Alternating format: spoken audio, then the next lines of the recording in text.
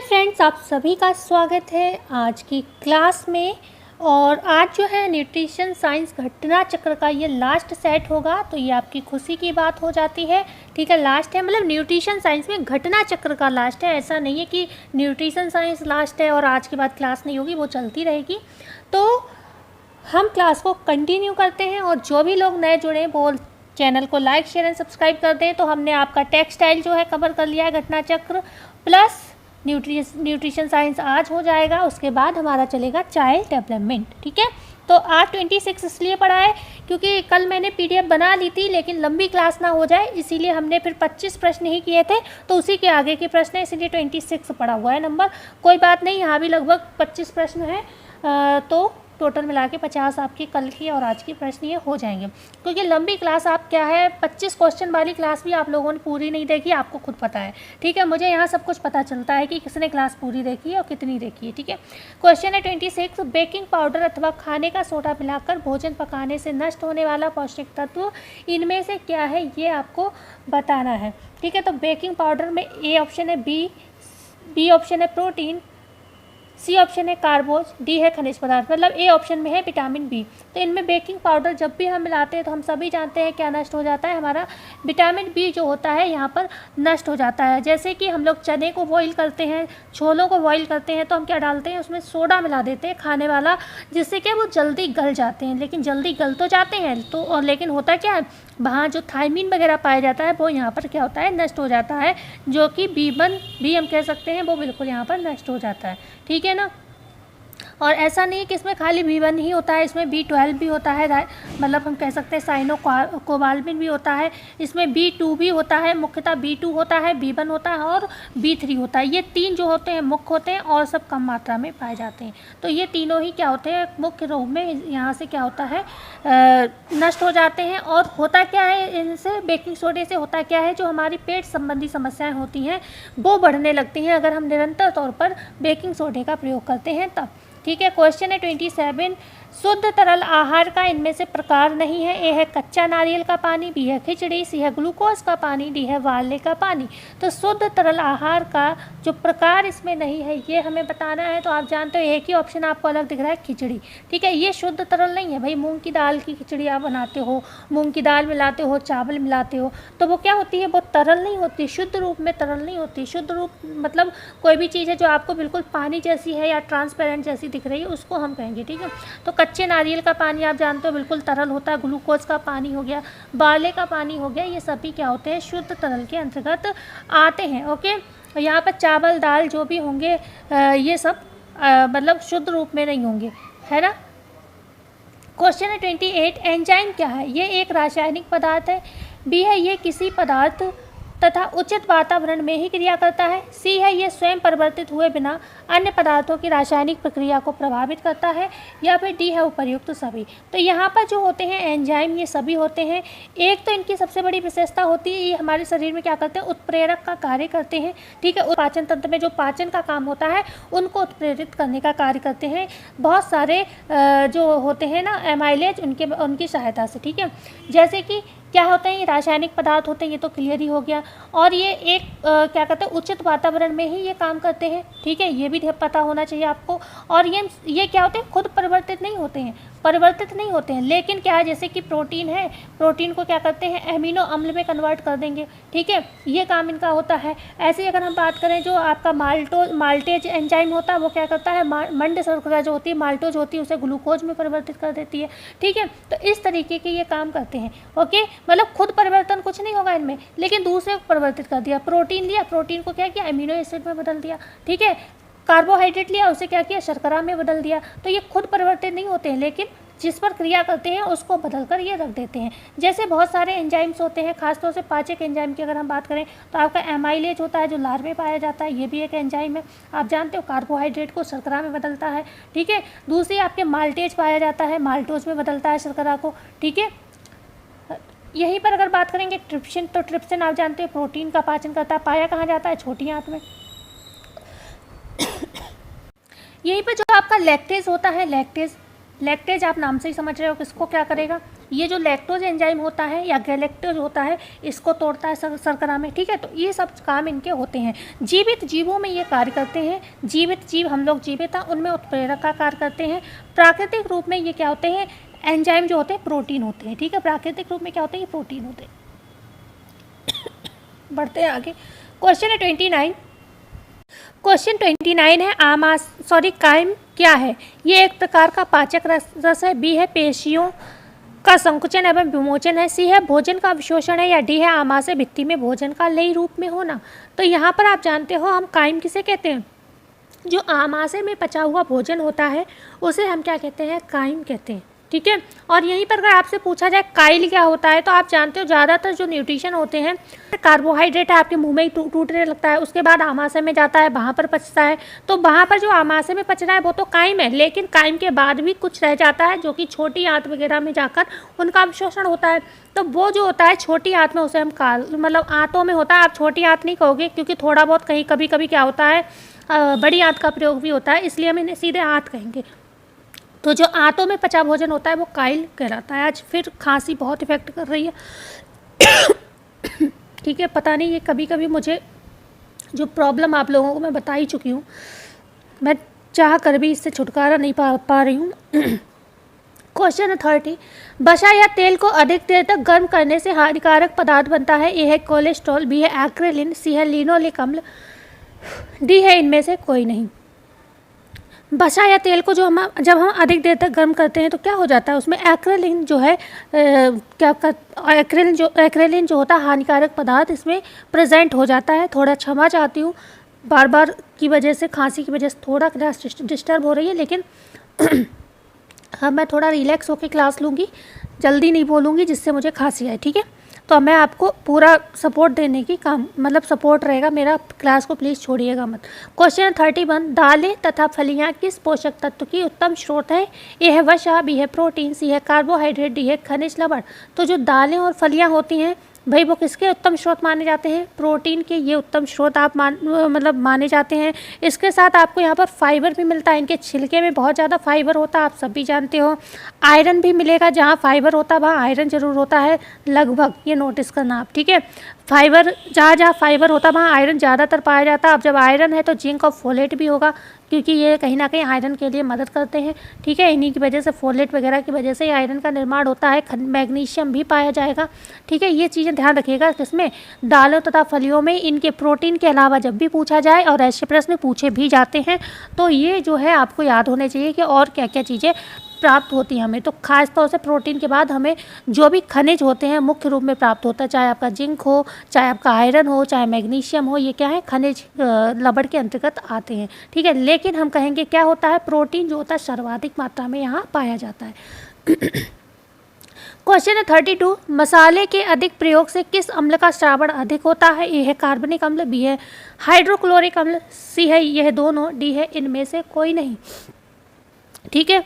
तो यहाँ पर जो मसाले का हम जब भी अधिक प्रयोग करते हैं तो हमें क्या, HCl का यहाँ पर निर्माण बहुत ज़्यादा होता है, जिसे हम कहते हैं हाइड्रोक्लोरिक अम्ल। इसका जो श्रावण होता है, बहाव होता है, बहुत ज़्यादा होने लगता है, जिस वजह से पेट में जलन, ठीक है, पेट में जलन, और क्या होता है, मतलब जलन होगी तो आपको इरिटेशन होगा, ये सारी चीज़ें पेट में जब जलन होती है तो गांठ, अल्सर, ये सारी चीज़ें यहाँ पर देखने को मिल जाती हैं, ठीक है। इसलिए मसालों का प्रयोग कम से कम करना चाहिए। क्वेश्चन है 33। तंबाकू के अधिक सेवन से क्या होता है, हृदय की धड़कन बढ़ जाती है, बी है रक्तचाप बढ़ जाता है, सी है मुख में कैंसर हो सकता है, डी है उपर्युक्त सभी। तो तंबाकू का जब भी सेवन अधिक करता है कोई भी व्यक्ति, तो आप जानते हो इसमें बहुत सारे निकोटिनिक, मतलब टैनिक एसिड वगैरह पाए जाते हैं, जिस वजह से हृदय की धड़कन, टैनिन वगैरह पाया जाता है, तो हृदय की धड़कन बढ़ जाती है, रक्तचाप बढ़ जाता है, और कैंसर का जो होता है खतरा बढ़ जाता है। अच्छा, तंबाकू पूछा गया है एक बार कि किस पौधे से प्राप्त होता है, तो निकोटिया, एक बार ये पूछा गया है प्रश्न, निकोटिया टैबेकम पौधे से जो होता है तंबाकू की प्राप्ति होती है। टैबेकम, ओके, टैबे बे है ये, ठीक है, टैबेकम नामक पौधे से प्राप्त होता है। और एक ये हानिकारक पदार्थ है। जो भी समस्याएं यहाँ पर लिखी हुई हैं, mouth cancer, high blood pressure, ठीक है, ये सारी चीज़ें यहाँ पर होने की संभावना रहती है और बढ़ जाती है। क्वेश्चन 34 है। प्लाज्मा में पाई जाने वाली प्रोटीन है ग्लोबुमिन, फाइब्रिनोजन, एल्बुमिन या डी है निम्न में से सभी। तो हम सभी जानते हैं जो प्लाज्मा में आपकी प्रोटीन होती हैं तो ये तीनों ही प्रोटीन पाई जाती है, चाहे ग्लोबुलिन हो, चाहे एल्बुमिन हो, चाहे फाइब्रिनोजन हो, ये तीनों ही पाई जाती हैं। क्या करते हैं, हमारी प्रतिरक्षा प्रणाली को मजबूत बनाती हैं। ठीक है, प्रतिरक्षा प्रणाली को ये हमारी क्या करती है, मजबूत बनाने का काम करती हैं। और इसके अलावा जो परासरण दाब होता है, परासरण दाब जो होता है हमारी मांसपेशियों वगैरह में जो संकुचन विमोचन का कार्य होता है बहुत तरीके के, उनमें परासरण दाब का में भी ये क्या होती है, अपनी कंट्रोलिंग रखती हैं। ठीक है, मतलब खास तौर से परासरण दाब में रक्त की मात्रा का ये कंट्रोल रखती है खास तौर से। वैसे और भी चीज़ों में भूमिका ये निभाती हैं। ओके, क्वेश्चन 35, सामान्यतः स्वस्थ व्यक्ति के लिए कैसे पानी से स्नान कराना लाभदायक होता है। ए है बहुत गर्म पानी से, बी है गुनगुने पानी से, सी है ठंडे पानी से, डी है बहुत ठंडे पानी से। तो यहाँ पर स्वस्थ व्यक्ति के लिए कैसे पानी से स्नान कराना लाभदायक होता है, तो मान स्वस्थ व्यक्ति है कोई भी, तो देखो बहुत गर्म पानी से तो कोई भी नॉर्मल भी नहीं नहाएगा, ठंडों में भी बहुत गर्म से नहीं नहाएगा, तो यहाँ पर कभी कभी ठंडा पानी आंसर माना जाता है।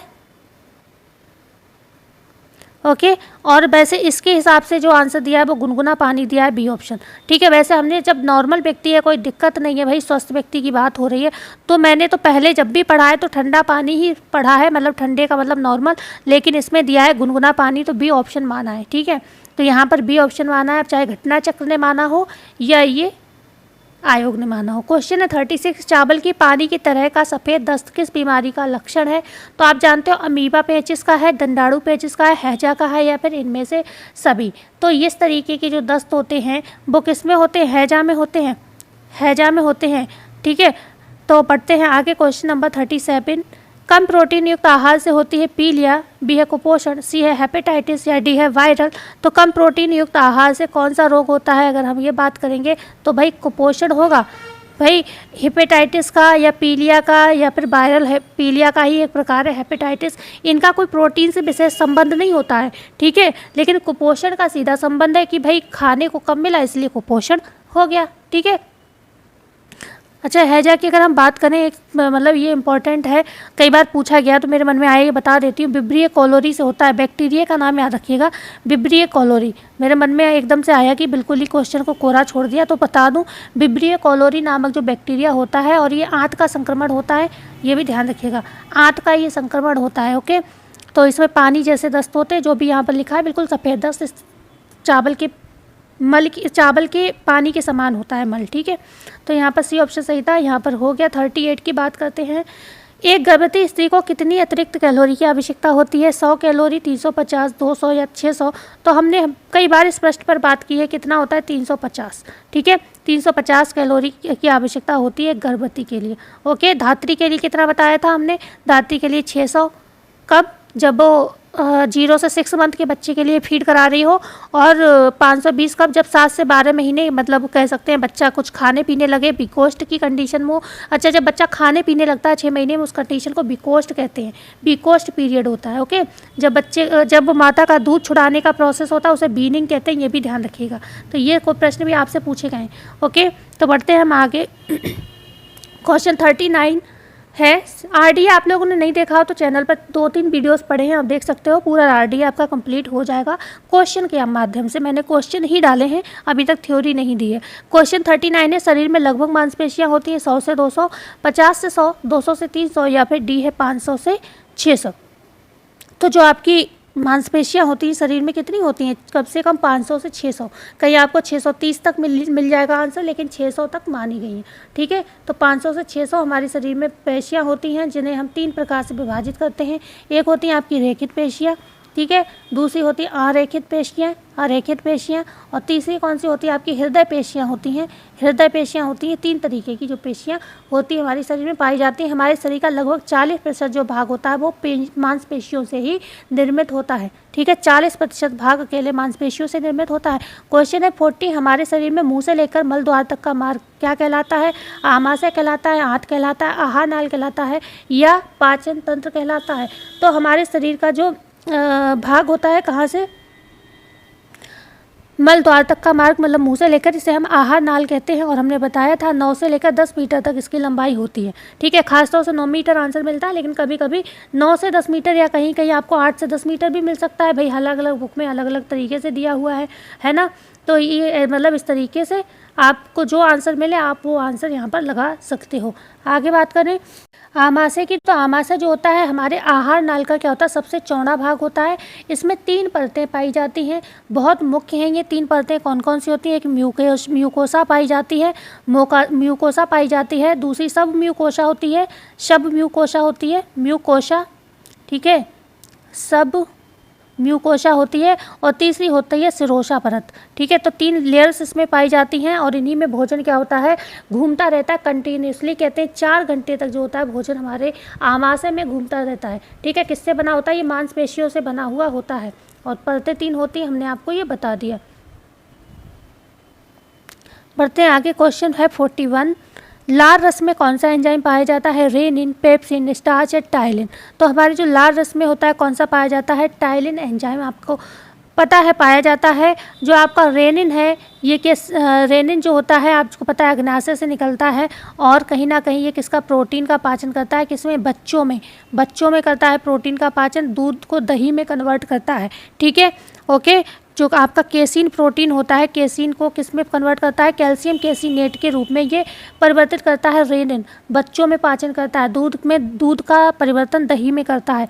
आप देखते होंगे बच्चे का जब दूध निकलता है तो वो दही के रूप में ही निकलता है गले से बाहर, तो वो दूध को दही में कन्वर्ट करता है। मैंने समझने के लिए आपको ये लाइन बोली है, ठीक है।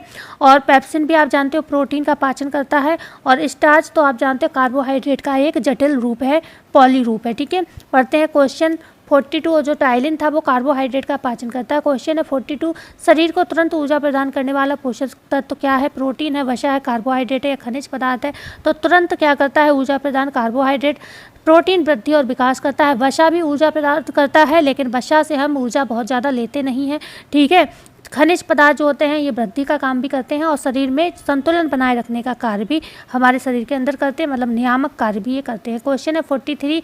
हमें संतुलित आहार लेना चाहिए क्योंकि ये स्वादिष्ट होता है, इससे स्वास्थ्य ठीक रहता है, इसमें आहार संबंधी समस्त आवश्यकताएं पूरी हो जाती हैं, और इससे सौंदर्य में वृद्धि होती है। तो भाई संतुलित आहार हमें क्यों लेना चाहिए? इससे आहार संबंधी सभी आवश्यकताएं हमारी पूरी हो जाती है। संतुलित आहार मतलब जिसका प्रयोग किस रूप में किया गया हो, आपकी शारीरिक आवश्यकताओं को ध्यान में रखते हुए किया गया हो, कि आप किस अवस्था में हो, आप बच्चे हो, आप किशोर हो, आप गर्भावस्था में हो, आप धात्री अवस्था में हो, आप वृद्ध हो, ठीक है, इस हिसाब से आहार का आयोजन किया गया हो। आपकी क्रियाशीलता के आधार पर आयोजन किया जाता है कि आप क्या काम करते हो, फिजिकल वर्क ज़्यादा करते हो, मेंटल वर्क ज़्यादा करते हो, तो इन सब चीज़ें आपकी आयु का ध्यान रखता है कि किस एज में हो आप, ठीक है। जिस एज में टूट फूट ज़्यादा होगी, भाग दौड़ ज़्यादा होगी, उन्हें न्यूट्रिशन ज़्यादा चाहिए होंगे। जहाँ पर व्यक्ति लेटा बैठा रहता है, जैसे वृद्धावस्था में व्यक्ति लेटा बैठा रहता है, तो इतना ज़्यादा न्यूट्रिशन नहीं चाहिए होते हैं, है ना, सुपाच्य खाना चाहिए होता है उन्हें। तो इन सारी चीज़ों को जब ध्यान में रखते हुए भोजन का निर्माण करते हैं तो कहीं ना कहीं हम उसे संतुलित आहार कहलाते हैं। और यहाँ पर लिंग भी देखा जाता है कि लड़की है या लड़का। ओके, बढ़ते हैं हम आगे। क्वेश्चन है 44। धान के कूटे जाने से पौष्टिक तत्व नष्ट हो जाते हैं। प्रोटीन व वसा, बी है कैल्शियम फॉस्फेट, सी है थायमिन व निकोटिनिक एसिड, डी है विटामिन ए तथा राइबोफ्लेविन। तो जब भी हम धान को कूटते हैं तो जो मुख्य तत्व आपका नष्ट होता है वो कौन सा होता है? वो होता है सी, थायमिन तथा निकोटिनिक एसिड। आप जानते हैं थायमिन क्या हो गया? विटामिन B1 का रासायनिक नाम हो गया, और निकोटिनिक एसिड क्या हो गया? B3 का रासायनिक नाम हो गया। तो इस वजह से जब भी धान कूटा जाएगा तो आपका थायमिन और निकोटिनिक एसिड जो होता है आपका बिल्कुल नष्ट हो जाता है। यहाँ पर पढ़ते हैं आगे। क्वेश्चन है 45।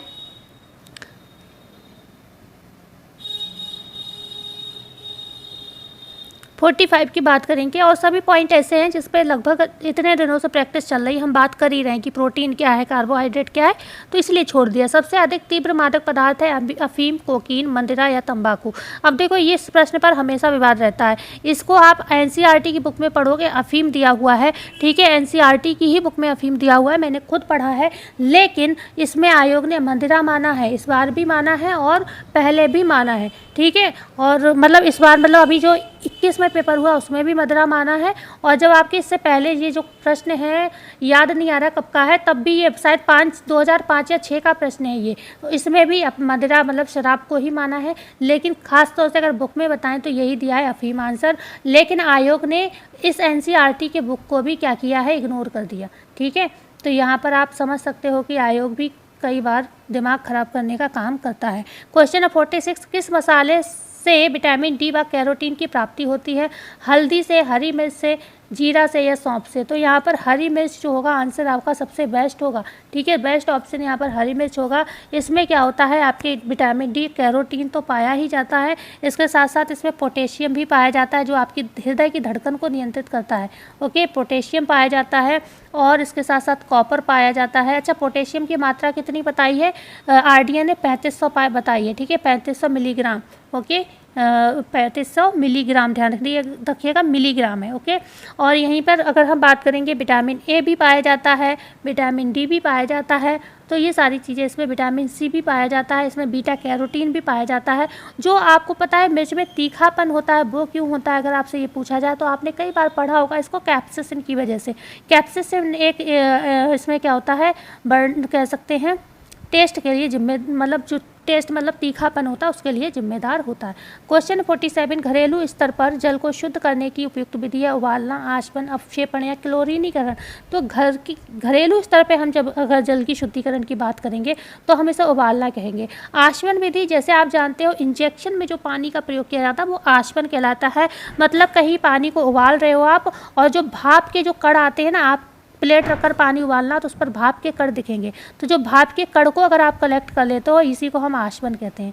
ओके, भाप के कण होते हैं बिल्कुल, ये बहुत ज़्यादा शुद्ध रूप होता है, इसे हम आशवन विधि से जल का निर्माण करते हैं। जो इंजेक्शन का पानी होता है वो यही होता है, आशवन द्वारा तैयार किया जाता है। क्लोरीनीकरण में आप जानते हो पानी को मतलब शुद्ध किया जाता है, क्लोरीन मिलाकर, ब्लीचिंग पाउडर होता है एक तरीके का ये।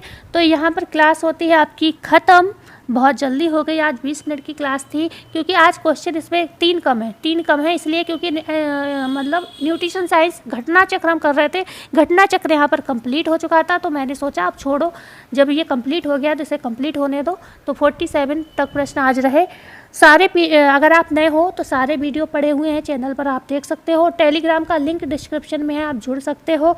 और टेलीग्राम पर, अच्छा मैंने आज कहा था, कल कहा था मैं कि वीडियो अपलोड कर दूँगी, सारी PDF अपलोड कर दूँगी टेलीग्राम पर, और मैंने नहीं की है। कोई बात नहीं, आप जुड़िए, मैं आपको कल तक दे दूँगी सारी PDF। ठीक है, तो आपको PDF चाहिए घटना चक्र की तो भी आप हमारे चैनल उस पर मतलब टेलीग्राम पर जुड़ जाइए। ठीक है, आज मैंने क्लास को जल्दी में भी की क्योंकि आज थोड़ा स्टार्टिंग में खांसी भी आ रही थी और थोड़ा ऐसे था कि चलो ज़्यादा इजी क्वेश्चन है, जल्दी से कर लेते हैं। ठीक है, मिलते हैं कल की वीडियो में, धन्यवाद।